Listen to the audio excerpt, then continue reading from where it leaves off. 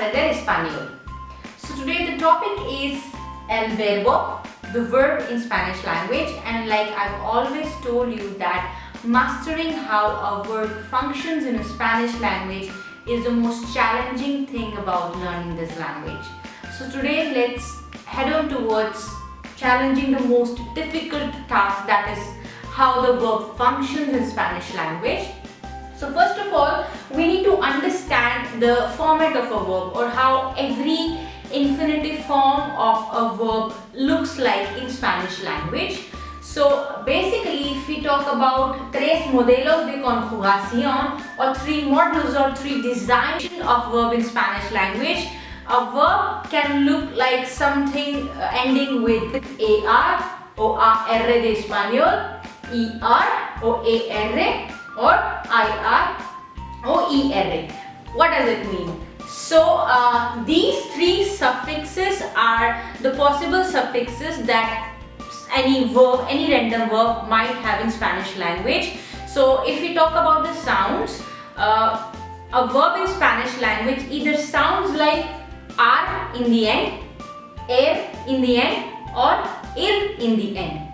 And if we talk about the percentage of verbs ending with AR, it would be the highest percentage of verbs, and then the second most common verbs would be ending with ER, and the third most common would be ending with IR. Okay? Now, we have some examples just to elaborate it. If we take the example of this verb, comer, comer is to eat. So you can see that the ending part is er, this termination. Okay? So we can say it has two parts. One is the root part, com, is the suffix part. So later on in the next video, when we learn how to change the forms of the verb, this information would be very critical, the root part and the ending part, because we always play with this ending part. Depending on the subject, depending on the tense, we change this, but this root part, it always remains same, irrespective of the subject, irrespective of the time, the tense. Okay? So comer is to eat. It is the verb that has the ER or AR ending. Next example is beber. Beber is to live. Now it has the ir ending, this one, ER. Okay? And if you pay the attention towards the pronunciation, I am not saying beber, I am saying beber. So ube or V of English, which is ube in Spanish, sounds like letter B or la B de español. So it's beber. Third example is trabajar. So it has the AR ending. Trabajar is to work. So these three forms, comer, beber or trabajar, are the infinitive forms. I mean, it's just to eat, to live, to work. Okay?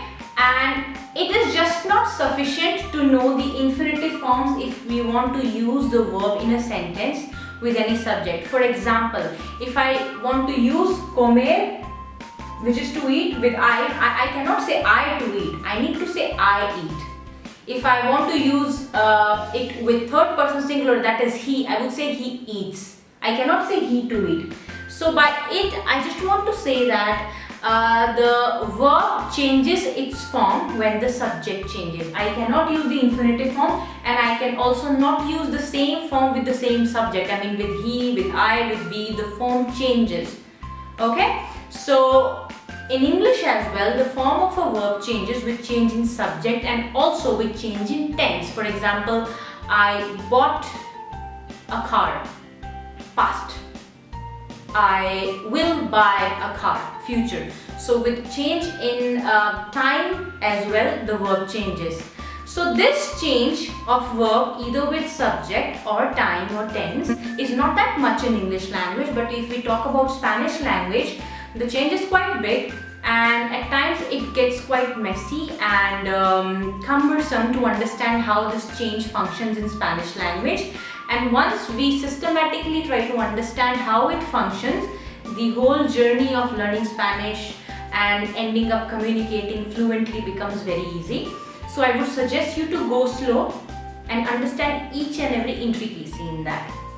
Okay, now To elaborate that, let's take the help of an example so that we actually see that.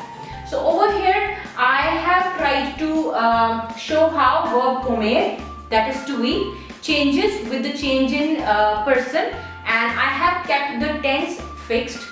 Okay, so it's the simplest example, it's the simple present. Okay, so if I say I eat, it would be yo, that is I, como. So with I it would be como.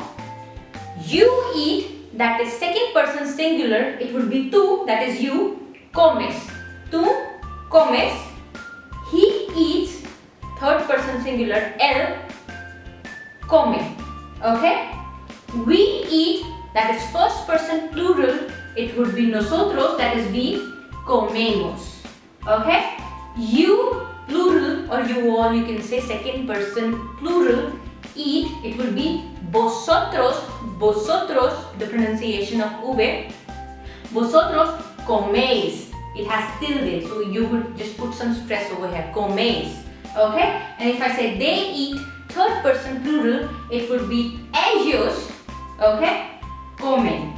So now you can see that with the person, the verb is changing every time, and this whole is just one tense. Okay, by the way, it is not the complete information of how verb functions, because many things are missing, like the words usted or ustedes in order to be formal or respectful, and lot more things like masculine and feminine form, singular, plural, but I left them because I just wanted to go slow, and this video was entirely dedicated to getting you accustomed to the system. And then in the next video we would dedicate ourselves to understanding how each form, that is the AR, ER or IER verb, actually functions, how this suffix part keeps changing, like over here as well, this part was same, cum, cum, cum, only the termination, the suffix part was changing. So in the next video we're going to do it, and hopefully, yeah, I'm sure that step by step we'll master it completely.